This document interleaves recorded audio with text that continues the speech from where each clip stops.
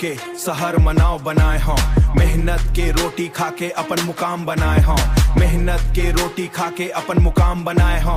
कभू नहीं डरे दुनिया ले सीना तान के चलथो, झन पूछ मोर कहानी ला संघर्ष में पलथो।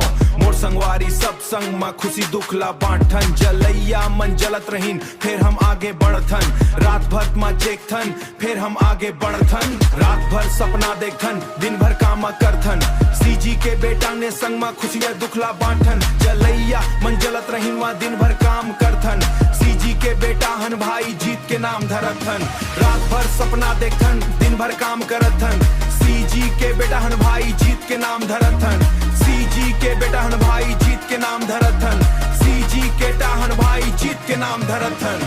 मोर सीजी के भोकाल है, गली गली धमाल है, रायपुर ले अंबिकापुर सब जन कमाल है।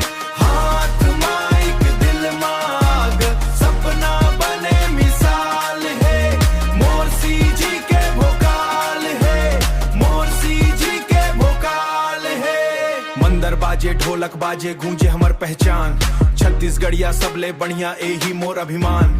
जतका रोके दुनिया वाले उठ के ऊपर जाबो, मेहनत के सीढ़ी चढ़ के इतिहास नया बनाबो। मोर बोली मोर संस्कृति मोर धरती महान, हर गीत मसीजी बसते यही मोर सम्मान।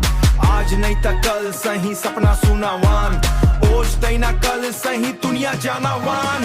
आज नहीं त कल सही सपना पूरा हो ही, अपन दुनिया देखत रह जाही, अपन दम में नाम कमा के दुनिया देखत रह जाही।